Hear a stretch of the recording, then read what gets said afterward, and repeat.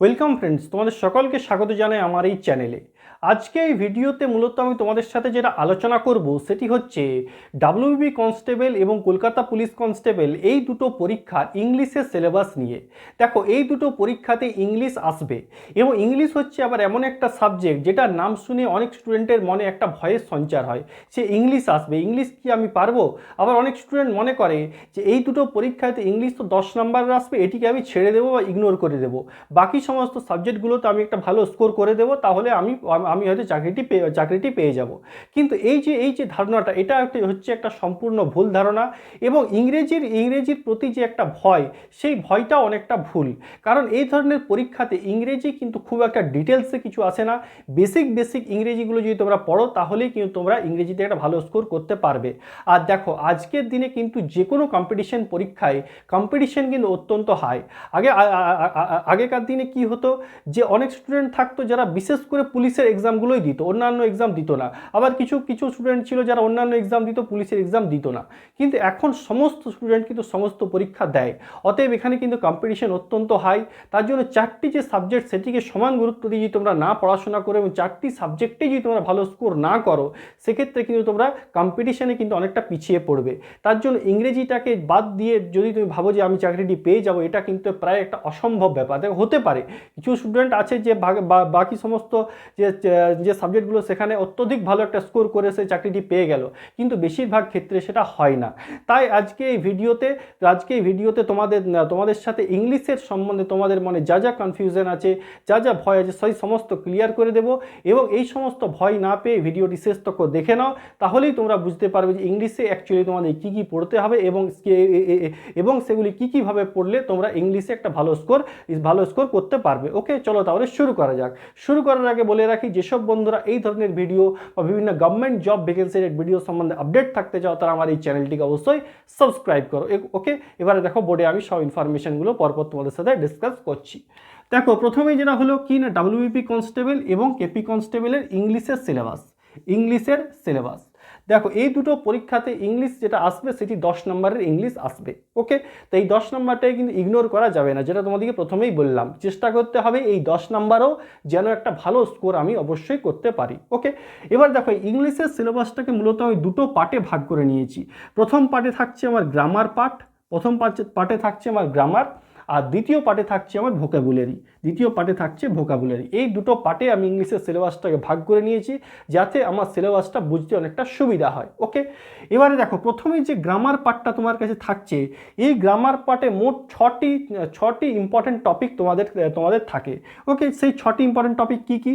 দেখো, প্রথম যে টপিকটা তোমাদের থাকে সেটি হচ্ছে সাবজেক্ট ভার্ব এগ্রিমেন্ট। ওকে, সাবজেক্ট ভার্ব এগ্রিমেন্ট, কোন সাবজেক্টের সাথে কোন ভার্বটা বসবে, এই ধরনের যে এগ্রিমেন্টগুলো হয় সেটা। ওকে, সাবজেক্ট ভার্ব এগ্রিমেন্ট। ওকে, দ্বিতীয় নম্বরে সবচেয়ে মোস্ট ইম্পর্টেন্ট টপিক সেটি হচ্ছে টেন্স।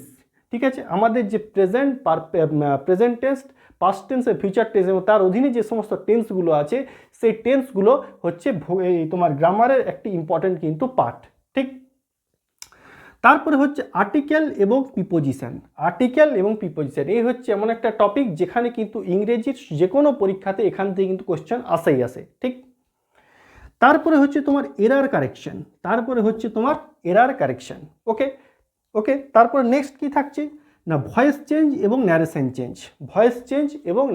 চেঞ্জ। ঠিক, আর লাস্টলি থাকছে তোমার ফিল ইন দ্য ব্ল্যাঙ্কস। এবার ফিল ইন দ্য ব্ল্যাঙ্কস বিভিন্ন ক্ষেত্র থেকে হতে পারে, তোমার আর্টিকেল প্রিপোজিশন থেকে হতে পারে, সাবজেক্ট ভার্ব এগ্রিমেন্ট থেকে হতে পারে, বিভিন্ন জায়গার থেকে কিন্তু ফিল ইন দ্য ব্ল্যাঙ্কস আসে। ওকে, এই 6টি টপিক হচ্ছে তোমার এই যে গ্রামার যে সেকশনটা আছে, এই গ্রামার সেকশনের ইম্পর্টেন্ট টপিক। ওকে, এরপরে আসছি তোমার এই ভোকাবুলারি পার্টটাতে। দেখো, ভোকাবুলারি পার্টটাতে মূলত 4টি ইম্পর্টেন্ট টপিক আছে। কি কি? প্রথম যেটা হচ্ছে সেটা হচ্ছে ওয়ান ওয়ার্ড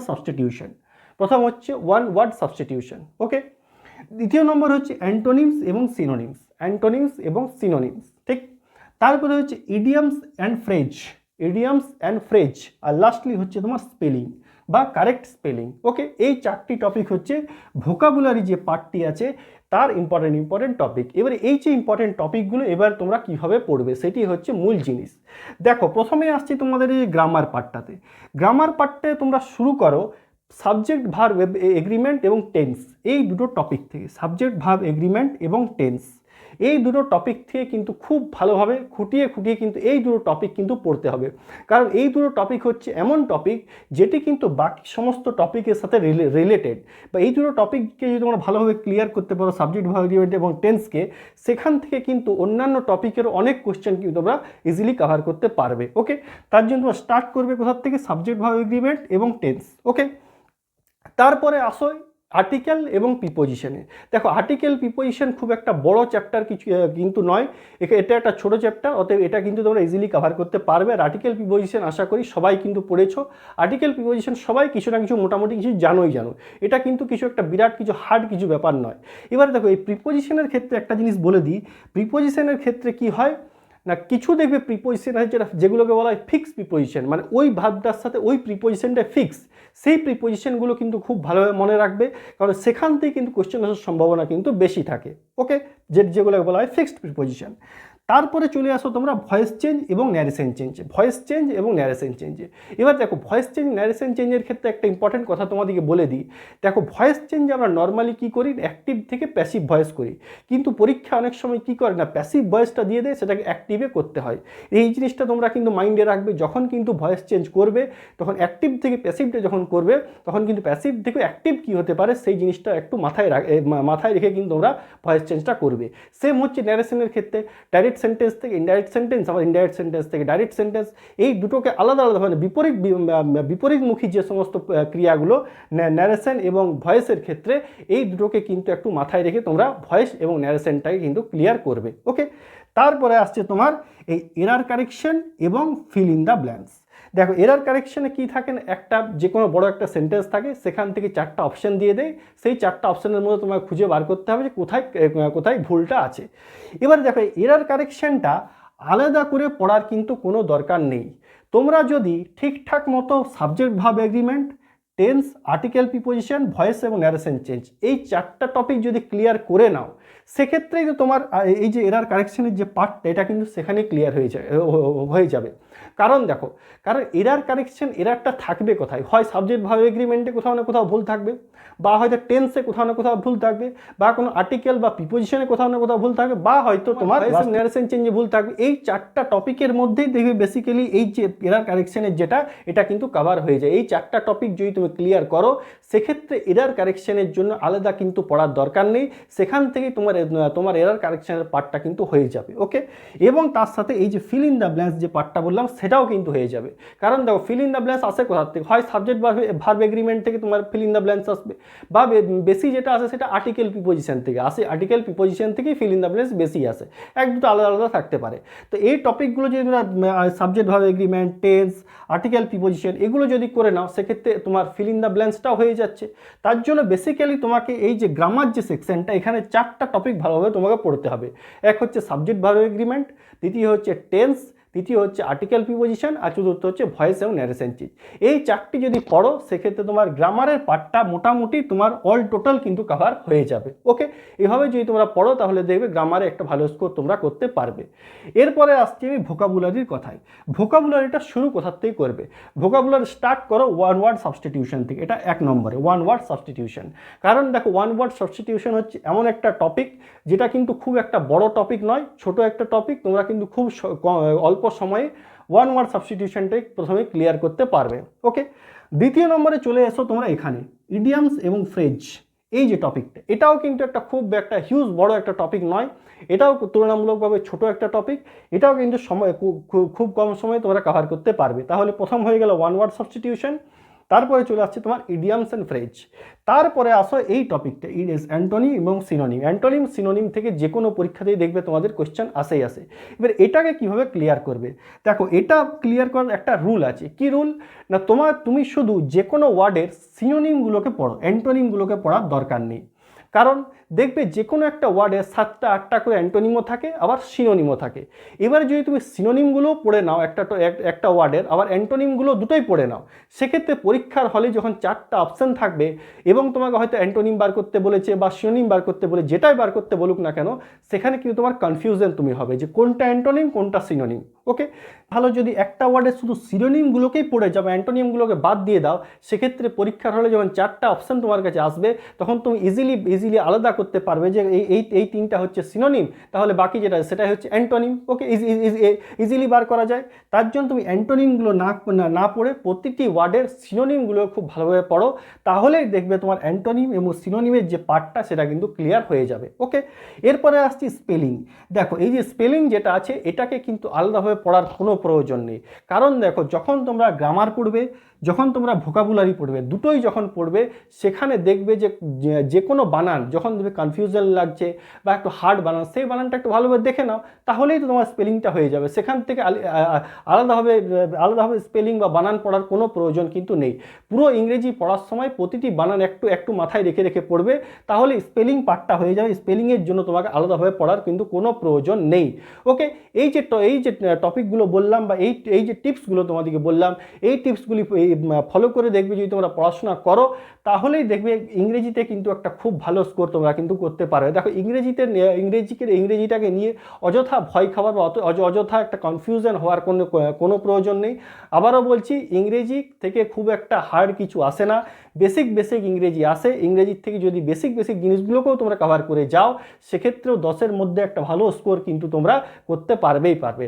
আর তাছাড়া তোমাদের কি করতে হবে না, এই যে টপিকগুলো বললাম, গ্রামারের এই 4টা টপিক বা ভোকাবুলারি টপিকগুলো, বিশেষ করে গ্রামারের ভোকাবুলারির যে পার্টটা সেটা তোমরা কোনো বই থেকেও তোমরা ক্লিয়ার করে নিতে পারো, কিন্তু গ্রামারের এই পার্টটার বিশেষ করে subject verb agreement, tense, article, preposition এবং ভয়েস এবং ন্যারেশন, এই 4টাকে কিন্তু তোমার হাতে নিজের হাতে যদি নোটস তৈরি করতে পারো, সেটা হচ্ছে সবচেয়ে বেস্ট। এবং নোটস তৈরি করে সেটাকে সেই দিনে রিভাইজ করা এবং সেটাকে উইকলিভাবে সেটাকে রিভাইজ করা, এবং তার সাথে কিনা এমসিকিউ প্র্যাকটিস। এমসিকিউ তোমার কিন্তু ইংরেজির ক্ষেত্রে প্র্যাকটিস কিন্তু করতে হবে, মোস্ট ইম্পর্টেন্ট। এমসিকিউ যদি প্র্যাকটিস করো, সেক্ষেত্রে তুমি বুঝতে পারবে যে একটা টপিকের সম্বন্ধে কী ধরনের কোয়েশ্চেন হতে পারে, বা একটা কোয়েশ্চেনে কী ধরনের অপশান থাকতে পারে, এবং সেই ধরনের কোয়েশ্চেন সলভ করার যেটা প্র্যাকটিস, ইংরেজির কোয়েশ্চেন সলভ করার প্র্যাকটিসটা কিন্তু তোমার খুব ভালোভাবে হবে। তার জন্য টপিক ওয়াইজ এমসিকিউ প্র্যাকটিস কিন্তু ইংরেজির ক্ষেত্রে অবশ্যই করবে, এবং তার সাথে প্রিভিয়াস ইয়ার কোয়েশ্চেন পেপার। দেখো, যেটা আমি প্রতিটি ভিডিওতেই বলি যে previous year question paper WB PRB দ্বারা যে কোনো পরীক্ষার, যে তাতে SI হোক, কনস্টেবল হোক, সমস্ত পরীক্ষার বিগত যত বছরই কোয়েশ্চেন পেপার তোমার কাছে ইংরেজির অ্যাভেলেবেল আছে, সেটি কিন্তু খুব ভালোভাবে প্র্যাকটিস করো। সেটা কিন্তু তোমার কাছে অত্যন্ত একটা গুরুত্বপূর্ণ জিনিস, এবং সেটিকে এমনভাবে প্র্যাকটিস করো যেটা তোমার কাছে যেন একটা প্র্যাকটিস সেট মনে হয়। কারণ সেখান থেকেই দেখবে কিছু কোয়েশ্চেন হয়তো ডাইরেক্ট রিপিটেশনও হতে পারে, বা সেই ধরনের টপিক থেকে কিন্তু কোয়েশ্চেন আসবে। তার জন্য প্রিভিয়াস ইয়ার কোয়েশ্চেন পেপারটা একটু ভালোভাবে কিন্তু খুব ভালোভাবে কিন্তু তোমরা প্র্যাকটিস করবে। আর তাছাড়া জিনিস বলে দিই যে এটা যদি করতে পারো, তাহলে কি হবে না, তোমাদের ইংলিশের প্রিপারেশন আরও ভালো হবে, আরও ইংলিশের প্রিপারেশনটা তোমাদের এনহ্যান্স হবে, যেটা হচ্ছে ইংলিশ নিউজ পেপার রিডিং। দেখো, ইংলিশ নিউজ পেপার রিডিং মানে এই নয় কি ডেলি তোমাদেরকে একটা করে নতুন ইংরেজি নিউজ পেপার কিনে পুরোটা পড়তে হবে, এমন কিন্তু কথা নয়। একটা নিউজ পেপার কেনো, সেটিকে 7 দিন ধরে পড়ো, বা পুরোনো কারো কাছে জোগাড় করে নাও, এভাবে করলেও হবে। কিন্তু ডেলি একটা দুটো যদি ইংরেজি নিউজ পেপার থেকে আর্টিকেল পড়তে পারো, সেক্ষেত্রে তোমাদের কিন্তু ইংরেজি পড়ার একটা অভ্যাস তৈরি হবে। ইংরেজির থেকে বাংলা কিন্তু ইজিলি তোমরা অনুবাদ করতে পারবে, এবং বিভিন্ন নতুন ওয়ার্ড কিন্তু তোমরা শিখতে পারবে, যেগুলি তোমাদের ওয়ান ওয়ার্ড সাবস্টিটিউশন, তারপর তোমার অ্যান্টোনিম, সিনোনিম, ইডিয়াম, ফ্রেজ, এই ধরনের টপিকগুলোতে কিন্তু অবশ্যই কিন্তু কাজে লাগবে, এবং তোমাদের খুব বড় কিন্তু হেল্প হবে যদি তোমরা ইংরেজি নিউজ পেপার ডেলি একটা দুটো করে আর্টিকেলও পড়ো। আমি পুরোটা পড়ার কথাও বলছি না, একটা দুটো আর্টিকেল পড়লেই কিন্তু হবে। একটা টপিক তোমাদেরকে আমি এখানে বলে রাখি, যেটা পারলে তোমরা দু চারটা প্র্যাকটিস করে যাবে, সেটি হচ্ছে আনসিন প্যাসেজ।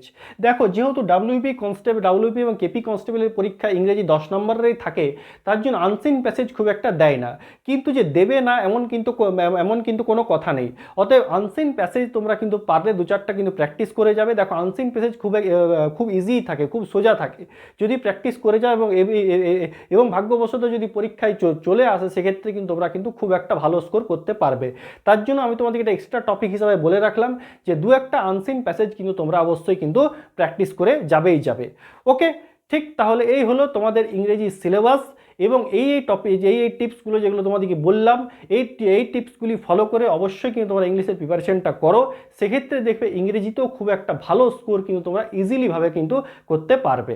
ওকে, ঠিক আছে, তাহলে যেসব বন্ধুদের এই ভিডিওটি ভালো লাগলো তারা অবশ্যই ভিডিওটি লাইক করো, বন্ধুদের সাথে শেয়ার করো, এবং এই ধরনের ভিডিও, বিভিন্ন গভর্নমেন্ট জব ভ্যাকেন্সি ভিডিওর সম্বন্ধে আপডেট থাকার জন্য অবশ্যই চ্যানেলটিকে সাবস্ক্রাইব করো। Thank you.